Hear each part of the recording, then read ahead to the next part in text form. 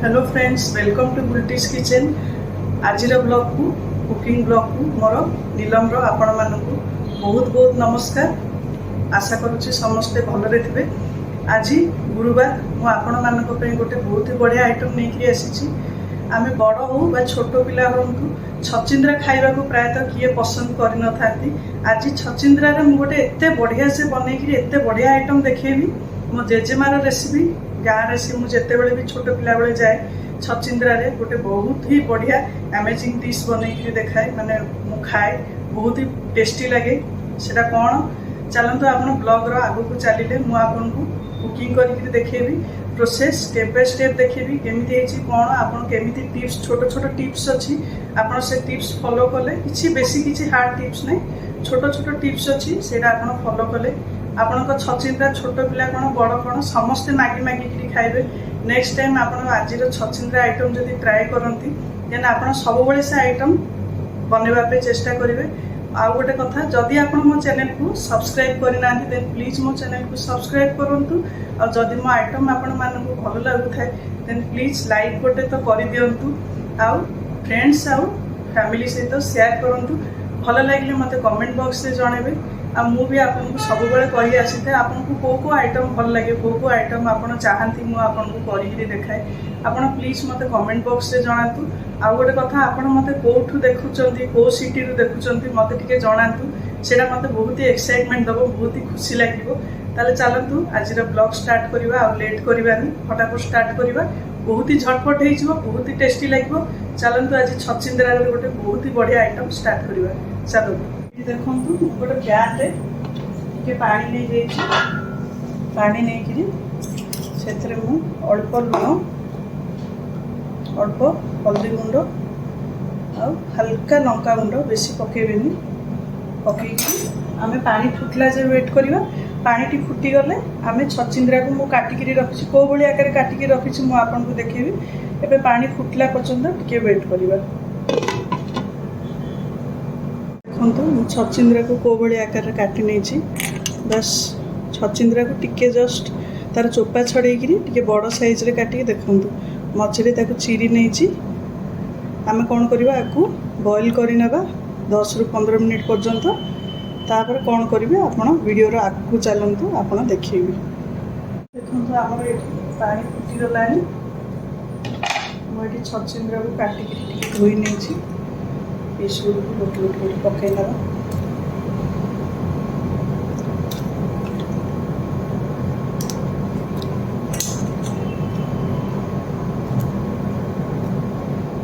Gas गुंडनी देदेबा। एबे आमे 15 minute पर्यंत आपको बॉईल करनेबा। एबे चलतु यार मसलाटी आम रेडी करवा। मुझे छचिंद्रा आम जो तावा भजा करवा तापे मुझे देखो कौन कौन नहीं। प्रथम एतिकी रसुण नहीं, रसुण पकईना। तापरे मु गोटे छोट साइज पियाज नहीं, पियाज पकईना। सुखिला लंका नहीं, आप राग हिसाब से पकेबे। जीरा मु नहीं अल्प, जीरा कहीपर आप हाफ टेबल स्पून नहीं। आउ सोरिष मुझे देखो 2 चामच नहीं। ये सब को आम कौन करवा टिके पानी पकईकि भलरे ग्राइंड करने आपन को देखे नौ। तो आम सोरिष जीरा बटा रेडी होगा। बेसी पानी आकर बाटबेनी, ये आकार बाटवे। चलतु आम छचिंद्रा पे मसला रेडी करवा। साइड रे छचिंद्रा सिझा भितर चलतु तार मसलाटी आम रेडी करदे। तापर मुझे गोटे पैन रे अल्प सोरिष तेल नहीं, सोरिष तेलटी गरम है जे वेट करवा। बॉईल हवा भितर मु गोटे पैन रे सोरिष तेल नहीं, सोरिष तेलटी गरम है जे वेट करवा।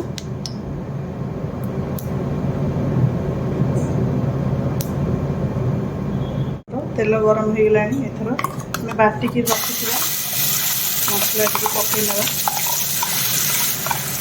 मसला टी आम भाजीदे तार 50 मिनट पड़े। आ छचिंद्रा भितर जो आम पूरा देकर तावा भाजवा से बढ़िया टेस्ट लगे। कंचा पकड़े भल लगे जमा। ତାର ବାସ୍ନାଟି ସେଇଥିରେ ମୁଁ ଏଠି ସୋରିଷ ମସଲାଟିକୁ ଭାଜିଦେବି ଭଲସେ।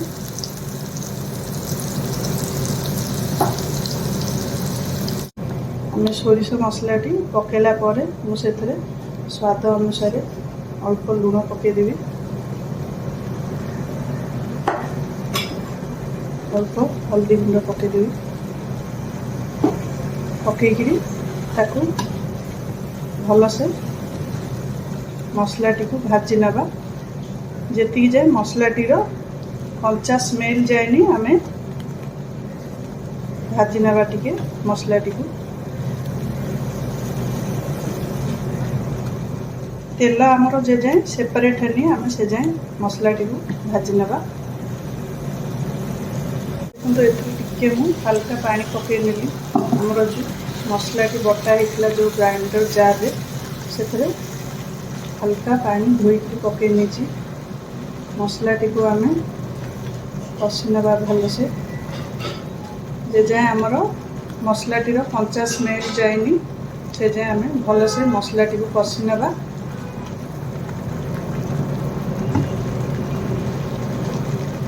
ମସଲାଟି କଷି ହେବା ଭିତରେ ଆମେ ଥରେ ଚେକ୍ କରିନେବା ଆମର ଛଚିନ୍ଦ୍ରା ଗୁଡ଼ିକ ବଏଲ୍ ହେଲାଣି ନା ନାହିଁ। ଦେଖନ୍ତୁ ଆମର ଛଚିନ୍ଦ୍ରା ଗୁଡ଼ିକ ବି ହେଇଗଲାଣି, ଭଲସେ କୁକ୍ ହେଇଗଲାଣି। ଏ ଷ୍ଟେଜ୍ରେ ଆମେ ତାକୁ ପାଣିରୁ ଛାଣିଦେବା। ଗ୍ୟାସ୍ ଆମେ ଅଫ୍ କରିଦେବା।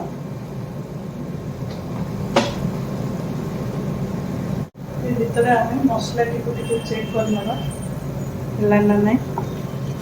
ମସଲାଟି ଆହୁରି କଷି ହେବ।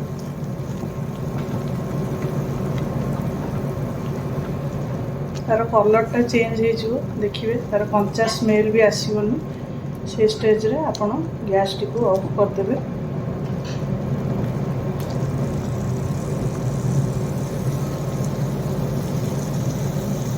ଆମର ମସଲାଟି ଏଥିରେ ହେଇଗଲାଣି। ଏବେ ଆମେ ମସଲାଟିକୁ ଟିକେ ଥଣ୍ଡା ହେବା ପାଇଁ ଛାଡ଼ିଦେବା। ଥଣ୍ଡା ହେଲା ପରେ ଆମେ ଛଚିନ୍ଦ୍ରାରେ ମସଲାଟିକୁ ପୁର ଦେଇକରି ତାୱାରେ ଭାଜିବା। ଏଇଟା ବହୁତ ହି ଭିଟାମିନ୍, ଦେହ ପାଇଁ ବହୁତ ଭଲ ଛଚିନ୍ଦ୍ରା, କିନ୍ତୁ ପ୍ରାୟତଃ କିଏ ଖାଇନଥାନ୍ତି। ଆପଣ ଥରେ ଏମିତି କରିକି ଦେଖନ୍ତୁ, ଦେଖିବେ ପିଲାଠୁ ବଡ଼ ସମସ୍ତେ ଖାଇନେବେ। ନେକ୍ସଟ ଟାଇମ୍ ଆପଣଙ୍କୁ ଡିମାଣ୍ଡ କରିବେ ଏଇଟା ବନେଇବା ପାଇଁ। ମୁଁ ଏଠି ଗ୍ୟାସ୍ ଅଫ୍ କରିଦେଲି, ଟିକେ ଥଣ୍ଡା ହେବା ପାଇଁ ଛାଡ଼ିଦେବା। ଆମେ ଛଚିନ୍ଦ୍ରା ଗୁଡ଼ିକ ବଏଲ୍ ହେଇଗଲା ପରେ ମୁଁ ଛାଣିକିରି ତାକୁ ଗୋଟେ ପ୍ଲେଟ୍କୁ କାଢ଼ି ନେଇଛି। ଏଥର ଚାଲନ୍ତୁ ସେଥିରେ ପୁର ଦେବା। ଆମେ କେଉଁଭଳି ଆକାରରେ ପୁର ଦେବା ଦେଖନ୍ତୁ, ମୁଁ ଆପଣଙ୍କୁ ଗୋଟେ ଦେଇକିରି ଦେଖାଇ ଦେଉଛି। ସୋରିଷ ମସଲାଟିକୁ ଯେଉଁ ଆମେ ଭାଜିକି ରଖିଥିଲେ ଛଚିନ୍ଦ୍ରା ଭିତରେ ଆମେ ଦେଇଦେବା। ତାକୁ ବାଷ୍ଟ ଏମିତି ଇଏ କରିକିରି ଆମେ ଗୋଟେ ପ୍ଲେଟ୍କୁ ନେଇନେବା। ତାପରେ ତାୱାକୁ କାଢ଼ି ନେବା। ଆଉ ଗୋଟେ କରିକି ଦେଖାଇ ନେଉଛି ଆପଣଙ୍କୁ। ବାସ୍ ଛଚିନ୍ଦ୍ରାକୁ ଆମେ ଯେଉଁ ମଝିରେ ଚିରିଥିବା ସେ ପାର୍ଟଟା ଆପଣ ଖୋଲିଦେବେ। ଖୋଲିକିରି ସେଥିରେ ସୋରିଷ ମସଲା ପକାଇବେ। ପକାଇକିରି ହାତରେ ବାସ୍ ଟିକେ ଏମିତି ପ୍ରେସ୍ କରିଦେବେ। ପୁରା ଜୋରରେ କରିବେନି, ବାସ୍ ହାଲକାରେ କରିବେ। এই ଟାଇପ୍ର କରିବା। କିନ୍ତୁ ଆମର ମୁଁ ପୁର ଦେଲା ପରେ କେମିତି ଆକାରରେ ଦେଖାଯାଉଛି ଦେଖନ୍ତୁ। ଚାଲନ୍ତୁ ଏଥର ଆମେ ତାୱା ଗୋଟେ ନେଇକରି ଆକୁ ଫ୍ରାଏ କରିବା ବା ଭାଜିବା। ମୁଁ ଗୋଟେ ଗ୍ୟାସ୍ରେ ପ୍ୟାନ୍ ବସାଇ ନେଇଛି। ସେଥିରେ ସୋରିଷ ତେଲ ପକାଇ ନେବା ଆମେ। ଆପଣ ଚାହିଁଲେ ରିଫାଇଣ୍ଡ ତେଲ ବି ପକାଇ ପାରିବେ, ବଟ୍ ଏଇ ଭଜାଟା ସୋରିଷ ତେଲ ପକାଇଲେ ହିଁ ବଢ଼ିଆ ଟେଷ୍ଟି ଲାଗିଥାଏ। ଆପଣ ଏଇଟା କରିକି ଗରମ ଗରମ ଖାଇବେ, ପଖାଳ ଭାତ ସହିତ ହଉ ବା ପ୍ଲେନ୍ ରାଇସ୍ ସହିତ ହଉ ବଢ଼ିଆ ଲାଗିବ। ତେଲ ଗରମ ହେଲା ଯାଏଁ ଟିକେ ୱେଟ୍ କରିବା। ଆମର ଏଠି ଦେଖନ୍ତୁ ତେଲଟା ଗରମ ହେଇଗଲାଣି। ତେଲ ଗରମ ହେଲା ପରେ ଆମେ ଯେଉଁ ସୋରିଷ ପୁର ଦେଇଥିଲେ ସେ ପାର୍ଟଟାକୁ ତଳ ଆଡ଼କୁ କରିକି ରଖିବା।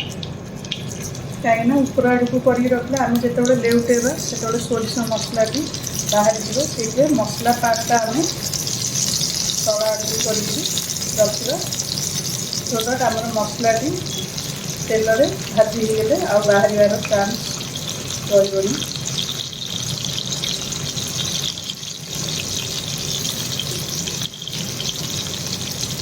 आस्ते आस्ते करी गोटी गोटी कर पकेबे।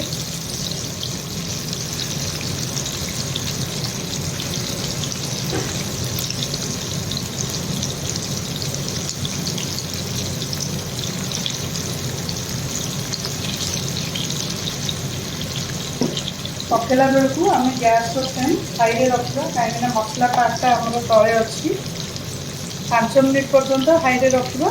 तापर आम टे गैस फ्लेम टी कमेदेवा। आपको जमा घोड़ेबे कहीं आम छचिंद्रा पानी अंश थाए न घोड़े भाजबे। अलरेडी छचिंद्रा कुक हो जाइए सोरिष मसलाटा को भी आम भाजी देचे से घोड़ेबार किसी आवश्यकता नहीं। 5 मिनिट आम एमती छाड़ा तापर आरपट साइड को लेउटे नवा।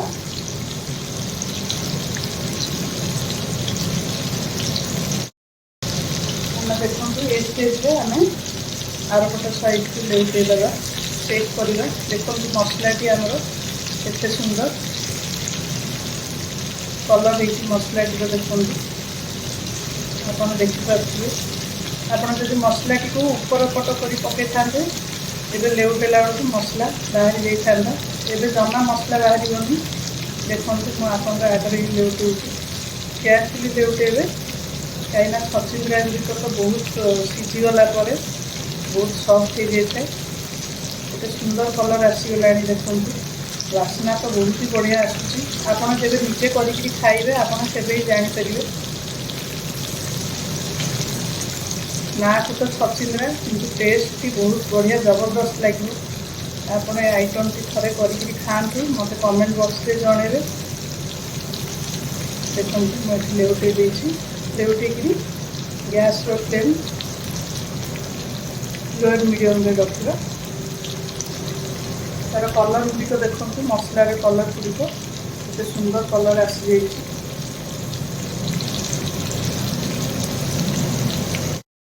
देखो आम पुणी एगेन आम मसला पैक को आम उल्टे नवा आउे। देखो छचिंद्राटी केते सुंदर कलर आसला। छचिंद्राटी आम भाजी होगा। सोरिष मसला पैक को आउे उल्टे नवा। कहीं सोरिष मसलाटी टे भाजी हेल्ले भल लगे। हल्का आमर भाजी होता आउे उल्टे नवा मसला पैक आमर आउ गोटे 10 मिनिट रे आमर रेडी हो।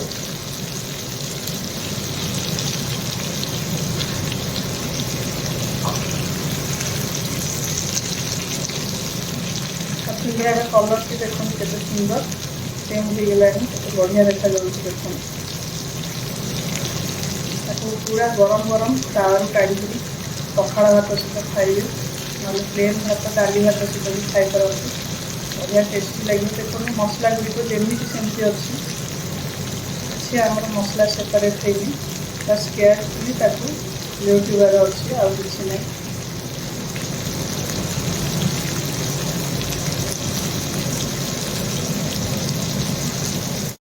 देखो आम भजा टी आसला।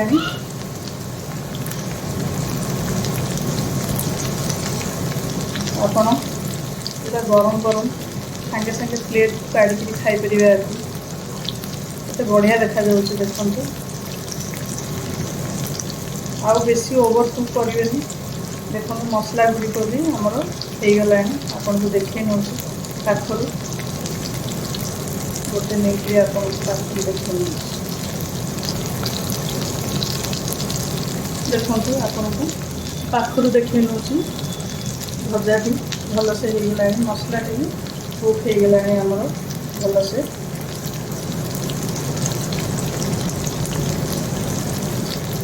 बस आपन को जदि टिके रोस्ट खाइबा को पसंद देन गैस फ्लेम हाई रे रखिए और टिके 5 मिनिट जस्ट टिके हाई रे रखिकी टिके रोस्ट कला करदेवे। बस तापर आमर डन एथरा कुक करवाटा हम कुछ नहीं आमर एथर रेडी हो गला छचिंद्रा तावा भजा बा सोरिष दिया भजा आप जहाँ भी कहीपर। But end of the day ता टेस्ट तो बढ़िया ही लगे।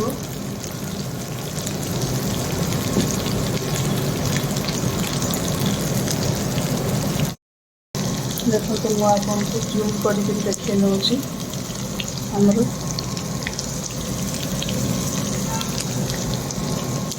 छचिंद्रा भजाटा केते सुंदर देखा जाउची टेम्पटिंग पूरा देखा जाउची आपण को घर को किए गेस्ट भी जदि आसंती आपण देई परिबे आकु पसंद करिवे समस्ते मोर ग्यारंटी रहिला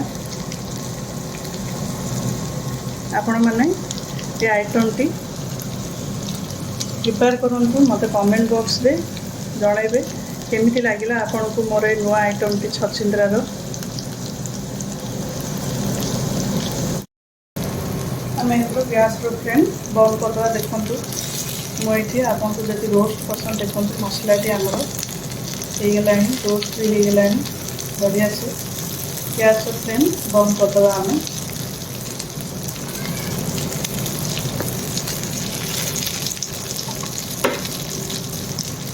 ताले देखु आमर छचिंद्रा तावा फ्राए मसला सोरिष मसला फ्राए आप जहाँ भी कहींपर रेडी होगला पखाल भात सहित प्लेन राइस सहित आपको खाईपर आपण मैंने ट्राए करूँ मत प्लीज कमेंट बॉक्स रे जनातु आपन को केमती लगिला सो दैट मैं आगो को भी चेष्टा करी किसी नुआ नुआ आइटम सहित एक्सपेरिमेंट करने ताले टिल देन सांग माने रहिली टेक केयर नमस्कार जय जगन्नाथ।